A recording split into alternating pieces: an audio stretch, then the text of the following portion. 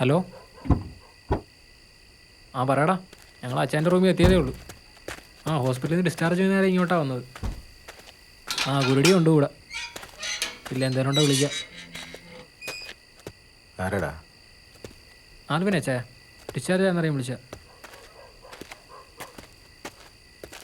അച്ഛായ ഞാനെന്നാ പൊക്കോട്ടെ. പിന്നെ ആ നാസറിൻ ടീമോ അച്ഛനെ തീർക്കാൻ പിന്നെ സ്കെച്ച് ഇടുന്നുണ്ടെന്ന് കേൾക്കുന്നു.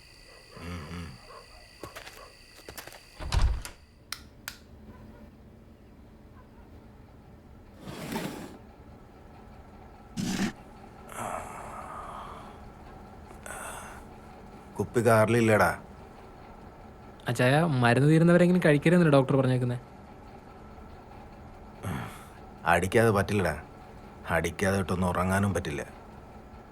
എന്നാലും അച്ഛനെപ്പണി ഞാൻ കൊട്ടേഷൻ പിടിച്ച് തരാമെന്ന് അങ്ങോട്ട് അറിയാൻ മേലാത്തത്.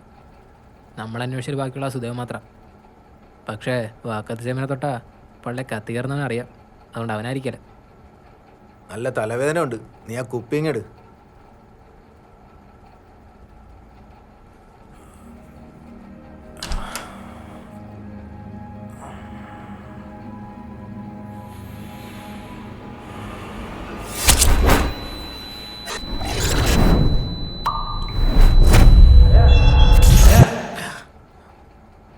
അച്ഛാ, എൻ്റെ പയ്യൻ വന്നിട്ടുണ്ട് നിതിൻ. അച്ഛനെ ഹോസ്പിറ്റലിൽ എത്തിച്ച. ആ നിതിൻ, വാടോ, ഇരിക്കേ. എന്നാ ഞാൻ പൊക്കോട്ടെ. പിന്നെ ചേച്ചി വിളിച്ചായിരുന്നു. എപ്പോൾ ചൊല്ലുമെന്ന് ചോദിച്ചു. ഇന്ന് വിടാന്ന് പറഞ്ഞാര്. എന്നാ ശരി. ഇരിക്കടാ.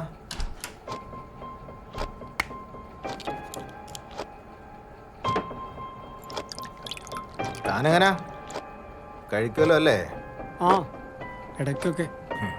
ഇടയ്ക്കൊക്കെ മതി, പ്രത്യേകിച്ച് തന്നെ പോലുള്ള ചെറുപ്പക്കാർ.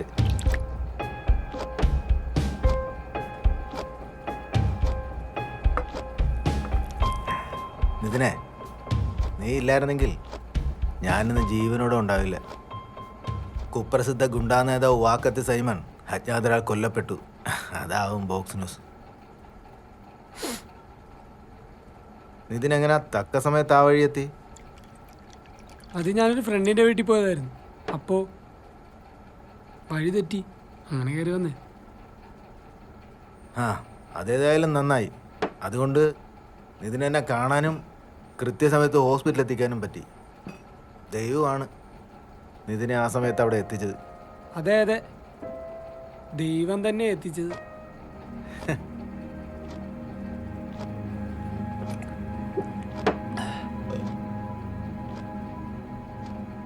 എന്നാ നമുക്കിനി കുറച്ച് ഡീറ്റെയിൽ ആയിട്ട് സംസാരിച്ചാലോ? അതാ എനിക്കിഷ്ടം. പിന്നൊരു കാര്യം, ഈ പോലീസും എൻ്റെ ശത്രുക്കളും കൂടെ സ്കെച്ച് ചെയ്ത മരണമാണ് നീ തക്ക സമയത്ത് ഹോസ്പിറ്റലിൽ എത്തിച്ചുകൊണ്ട് മാറിപ്പോയത്. അതുകൊണ്ട് നീ ഒന്ന് സൂക്ഷിച്ചോ. ചിലപ്പോൾ അവന്മാരെ നിനക്കിട്ടും പണിയും. എനിക്കാരും പേടിയൊന്നുമില്ല. ഇനി ആരെങ്കിലും വന്നാൽ തന്നെ ഈ നഗരത്തിൻ്റെ പേടിസ്വപ്നമായ വാക്കത്തി സൈമണിൽ എന്നെ രക്ഷിക്കാൻ. ഒരുമാതിരിപ്പെട്ടവന്മാരൊന്നും എൻ്റെ ആളുകൾക്കെതിരെ പണി പിടിക്കത്തില്ല. പിന്നെ ഇപ്പോൾ ചില പുതിയ കുരുപ്പുകൾ പൊങ്ങി വരുന്നുണ്ട്. അത് ഈ ചോരത്തിളപ്പിൻ്റെയാ. ഇതേപോലൊരു ചോരത്തിളപ്പിലാ ഞാനും ഈ കൊട്ടേഷൻ പണിക്ക് ഇറങ്ങിയത്. ചോരത്തിളപ്പിൽ വേറൊന്നും ചെയ്യാനില്ലാത്ത പോലെ മനുഷ്യനെ കൊല്ലുന്ന ഗുണ്ടയാവുക അല്ലേ? അല്ല, താനെങ്ങനെ ഈ വാക്കത്തി സൈമനായ? പണിമൊത്തം എന്താ വാക്കത്തി കൊണ്ടാണോ? അത് എല്ലാ ഗുണ്ടകൾക്കും കാണുമല്ലോ ഒരെണ്ണം. അത് സ്റ്റൈലിന് പത്രക്കാരിട്ട് തരുന്ന. പിന്നെ ഞാനിതുവരെ ആരെയും വാക്കത്തി കൊണ്ട് വന്നിട്ടില്ല. എൻ്റെ പണി മുഴുവൻ കത്തിക്ക. നമുക്ക് ഈ തോക്കൊന്നും അത്ര അങ്ങോട്ട് വഴങ്ങിയ.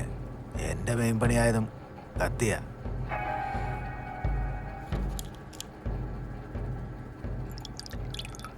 ഇങ്ങനെ ഓരോരുത്തരെ കൊന്നിട്ട് താനെന്താ നേടിയെന്ന് ചിന്തിച്ചിട്ടുണ്ടോ? എന്ത്? ഇങ്ങനെ ഓരോരുത്തരെ കൊന്നിട്ട് എന്ത് നേടിയെന്ന് ചിന്തിച്ചിട്ടുണ്ടോ എന്ന്. നേട്ടം പലതുണ്ട്. പല രാഷ്ട്രീയക്കാർക്കിടയിലുള്ള ഹോൾഡ്, പണം, പിന്നെ പല പ്രമുഖന്മാരും അവരുടെ ഓരോ ആവശ്യങ്ങൾ കൊണ്ട് നമ്മളെ തേടി വരും. പക്ഷേ അതിനേക്കാൾ ഉപരി ഞാൻ ആസ്വദിച്ചത് പലർക്കും എൻ്റെ കണ്ണിൽ നോക്കാനുള്ള ഭയം.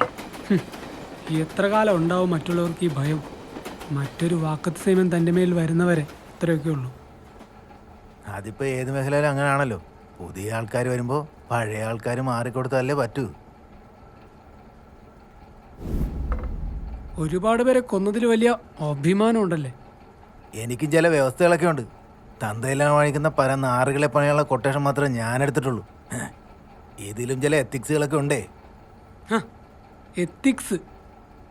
ഗുണ്ടകൾക്ക് എന്ത് എത്തിക്സാന്നാ? ഞാൻ കൊന്നിട്ടുള്ളതൊന്നും എനിക്ക് വേണ്ടിയല്ല. ആഹാ, അതുകൊണ്ട് എന്ന് വെച്ച് താൻ കൊലയാളിയല്ലാതാകത്തൊന്നുമില്ല. ചെയ്ത കൊലകളെ അക്രമങ്ങളെ ഇപ്പോൾ വെള്ളപൂശാൻ ശ്രമിക്കുകയാണോ? താൻ കൊന്നു തള്ളിയതൊക്കെ ഇവിടുത്തെ നീതി നിയമം എങ്ങനെ വേണമെന്ന് തീരുമാനിക്കുന്നവർക്ക് വേണ്ടിയാണ്. അതുകൊണ്ടാണല്ലോ ഇങ്ങനെ ഇരുന്ന് മറ്റുള്ളവരുടെ ഭയം താൻ ആസ്വദിക്കുന്നത്. നീ ഇവിടെ വന്ന് എന്നെ കുമ്പസാരിപ്പിച്ച് നന്നാക്കാനാണോ? ഞാനിതുവരെ എന്നെ ചോദ്യം ചെയ്തവരോടൊന്നും ഇത്ര ദയോടെ സംസാരിച്ചിട്ടില്ല. ഹോ, അപ്പം നിങ്ങളെപ്പോലുള്ളവർക്ക് ദയൊക്കെ ഉണ്ടല്ലേ? നീ എൻ്റെ ജീവൻ രക്ഷിച്ചായതുകൊണ്ടാ നിന്നോട് അല്പം ദയ കാണിച്ചത്. പിന്നെ ഞാൻ ചെയ്യുന്നതും ചെയ്തിട്ടുള്ളതും എന്താണെന്നതിനെക്കുറിച്ച് എനിക്ക് നല്ല വ്യക്തമായ ധാരണയുണ്ട്. എന്ത് ധാരണ? നിങ്ങളുടെ ഓരോ കൊലപാതകത്തിൽ എത്ര കുടുംബങ്ങൾ അനാഥരാകുന്നതെന്ന് ചിന്തിച്ചിട്ടുണ്ടോ? പക്ഷെ നിങ്ങൾക്ക് ചെയ്തു കൂട്ടിയതിനൊന്നും യാതൊരുവിധ കുറ്റബോധവും ഇല്ല. ഒത്തിരി കൊല്ലം മുമ്പാ മരിച്ചുപോയ അവറാൻ തന്ന കൊട്ടേഷനായിരുന്നു ഒരു എഞ്ചിനീയറെ.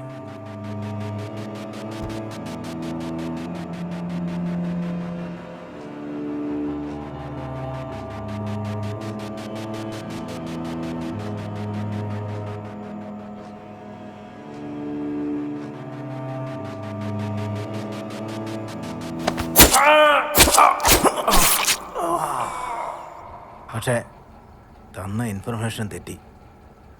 ആള് മാറി. ദിനേശ് എന്ന മറ്റൊരു എഞ്ചിനീയർ 4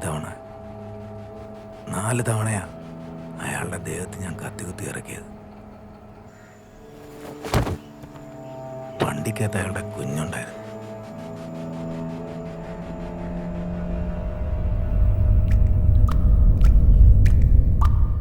അയാൾ സ്പോട്ടിൽ മരിച്ചു. പക്ഷേ അയാളുടെ കുഞ്ഞ്, അതിൻ്റെ മുഖം,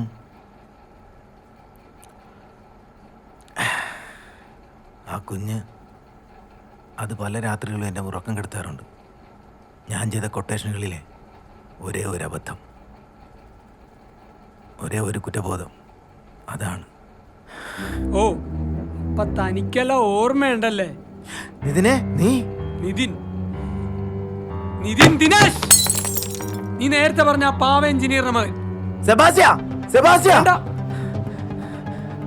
നിങ്ങൾ കത്തിയുടെ ആളായോണ്ട് അറിയാഞ്ഞിട്ടാ. ഇതിങ്ങനെ ചൂണ്ടി നിൽക്കുമ്പോ മുന്നിൽ നിൽക്കുന്നവനെ കത്തിയേക്കാൾ ഭയം ഇതിനോടാ. കുഞ്ഞെ മിണ്ടരുത്, ശബ്ദിക്കരുത് താൻ. ഇനി ഞാൻ പറയും, താൻ കേൾക്കും. ഇരിക്കടോ, ഞാനും ആസ്വദിക്കട്ടെ സൈമന്റെ മരണഭയം.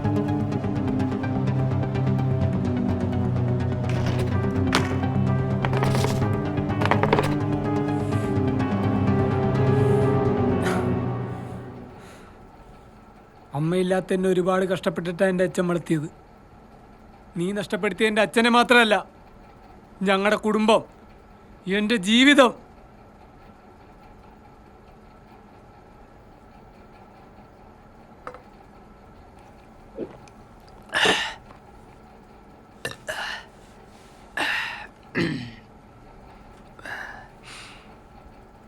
അച്ഛനെന്ന് ഷേവ് ചെയ്യുമായിരുന്നു. എന്നെ കെട്ടിപ്പിടിക്കുമ്പോൾ ആഫ്റ്റർ ഷേവിൻ്റെ മണം വരും. അതെനിക്ക് വലിയ ഇഷ്ടമായിരുന്നു. എൻ്റെ 8ാം വയസ്സ് മുതൽ ഞാൻ ജീവിക്കുന്നതിന് നിന്നെ കൊല്ലാൻ വേണ്ടി മാത്രം. എൻ്റെ അച്ഛൻ്റെ ചോര പുരണ്ട കത്തിയുമായി പോകുമ്പോൾ നീ നോക്കിയ ആ നോട്ടം. നിതിനെ, നിന്റെ അന്നത്തെ ആ മുഖം അതാണ് എന്നെ കുറെ നാളുകളെ അലട്ടിക്കൊണ്ടിരിക്കുന്നത്. അന്ന് അതറിയാതെ സംഭവിച്ചു പോയി. അതിനെന്ത് പ്രായശ്ചിത്തം വേണേലും ഞാൻ ചെയ്യാം. എന്നെ കൊല്ലരുത്. ഇനി പ്രായച്ചിത്തൊന്നും ഇല്ലല്ലോ. തനിക്കറിയോ, അനാഥാലയത്തിൽ നരകിച്ചാ ഞാൻ കഴിഞ്ഞത്. അന്ന് പത്രത്തിൽ നിന്റെ മുഖം വരാൻ നേരത്ത് കുത്തി കീറാൻ തന്നിട്ടുണ്ട് എനിക്ക്. കുപ്രസിദ്ധ ഗുണ്ടാ നേതാവ് വാക്കത്തി സൈമൺ. ഹ, നാളെ നിന്റെ പടം വരും പത്രത്തില്, ചരമക്കോളത്തില്. അപ്പൊ നീ എന്തിനാന്ന് എന്നെ രക്ഷിച്ചത്? ഹാ അതെ, അന്ന് തന്നെ എന്നെ തീർക്കേണ്ടതായിരുന്നു. പക്ഷെ പറ്റിയില്ല, ആള് കൂടി. ഞാൻ തന്നെ നിന്നെ ഹോസ്പിറ്റലിൽ എത്തിച്ചു. നീ എൻ്റെ കൈ കൊണ്ട് തന്നെ ചാകണം. ഇങ്ങനെ മുഴുവനായിരിക്കുമ്പോൾ അതാ ദൈവനിശ്ചയം. നിതിനെ, ഞാൻ മനഃപൂർവ്വമല്ലെന്ന് പറഞ്ഞില്ലേ? അന്ന് അങ്ങനെ സംഭവിച്ചു പോയി. അതൊരു അബദ്ധത്തിൽ ആള് മാറിപ്പോയതുകൊണ്ടാ. ഓ, അപ്പൊ നീ കൊല്ലാൻ തന്നെ വന്നതാണ്. ആള് മാറിപ്പോയതല്ലേ? താനൊക്കെ കണ്ട രാഷ്ട്രീയക്കാരുടെ തെരുവ് കൊണ്ടേ ഓരോരുത്തരെ കൊന്നുകൊള്ളുമ്പോ അനാഥരാകുന്ന എന്നെ പോലുള്ളവരാണോ? അപ്പോ ഇത്രയും കൊല്ലം കഴിഞ്ഞ് നീ വന്നത് എന്നെ കൊല്ലാൻ തന്നെ അല്ലേ? എനിക്കുണ്ട് ഒരു മകൻ.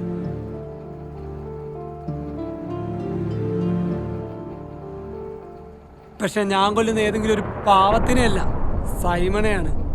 കാരണം വാക്കത്ത് സൈമനെ ആരെ കൊല്ലാൻ പാടില്ല. അത് നീ എന്നോട് ആദ്യം പറഞ്ഞ പോലത്തെ ന്യായം മാത്രമാണ്. ഒരു കൊലപാതകത്തിന് പകരം മറ്റൊരു കൊലപാതകം തന്നെയല്ലേ നീയും ചെയ്യുന്നത്? നീയും എൻ്റെ കുടുംബത്തെ അനാഥമാക്കുകയാണ്. നാളെ എൻ്റെ മകനും ഇതുപോലെ നിന്റെ മുൻപിൽ വന്ന് നിൽക്കും. ഇതിങ്ങനെ തുടർന്നുകൊണ്ടേയിരിക്കും. നീയും എന്നെ കൊല്ലാൻ പോകുന്നത് ഈ പകയും പ്രതികാരവും ഒക്കെ കൊണ്ട് തന്നെ അല്ലേ? അപ്പോ ഞാൻ തന്നെയാ നീയും.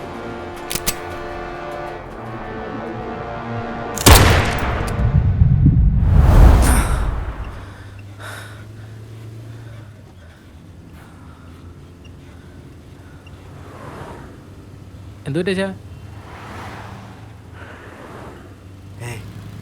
ഒരു സ്വപ്നം.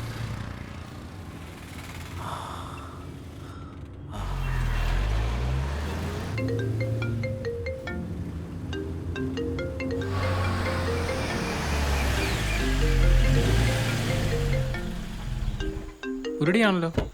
ഹലോ എടാ പറയ്. ആ എടാ ഞങ്ങൾ ഷോർട്ട് കട്ട് പിടിച്ചാ വരുന്നത്. ഇല്ല, അവിടെ എത്തിയിട്ടില്ല. അവനെ കണ്ടോ? ഇവിടെ ആരെങ്കിലും ഉണ്ടോ? ആ ഞങ്ങളിവിടെ നിൽക്കാമെന്ന്.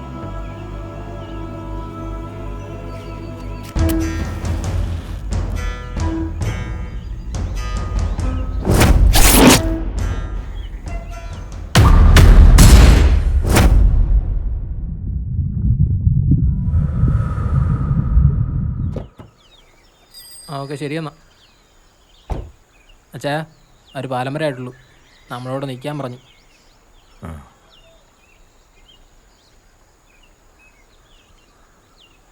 എടാ സെബാസ്റ്റ്യ, ഞാൻ ഏതാണ്ടൊക്കെ തീരാറാടാ. ആരോ എൻ്റെ പിന്നാലെയുണ്ട്. എന്നെ രക്ഷിച്ച ആ പയ്യൻ്റെ ഫുൾ ഡീറ്റെയിൽസ് ഒന്ന് എടുക്കണം. ഞാൻ പറയാറില്ലേ, ആ കൊച്ചിൻ്റെ മുഖം അതെൻ്റെ മനസ്സിൽ നിന്ന്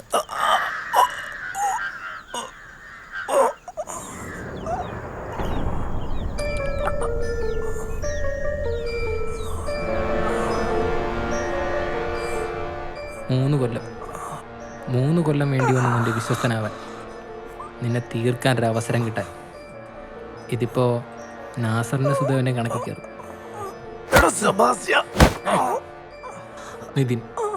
നിതിൻ ദിനേശ്, നേരത്തെ ഒരു കൊച്ചിൻ്റെ കാര്യം പറഞ്ഞില്ലേ? ഒരു പാവം എഞ്ചിനീയറുടെ മകൻ.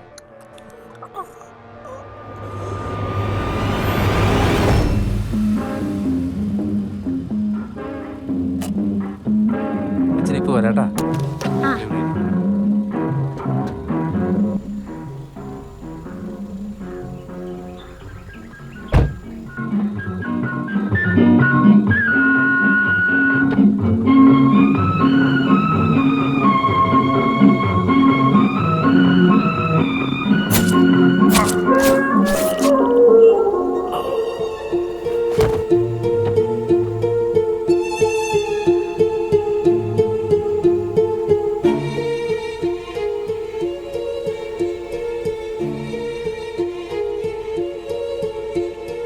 അച്ഛാ, അച്ഛാ, അച്ഛാ. അച്ഛാ അച്ഛാ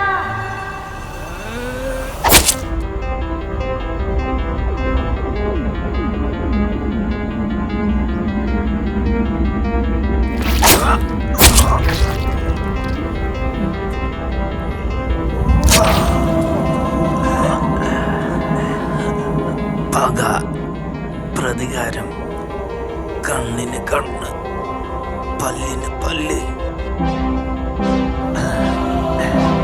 ഞാൻ തന്നെയാ നീ.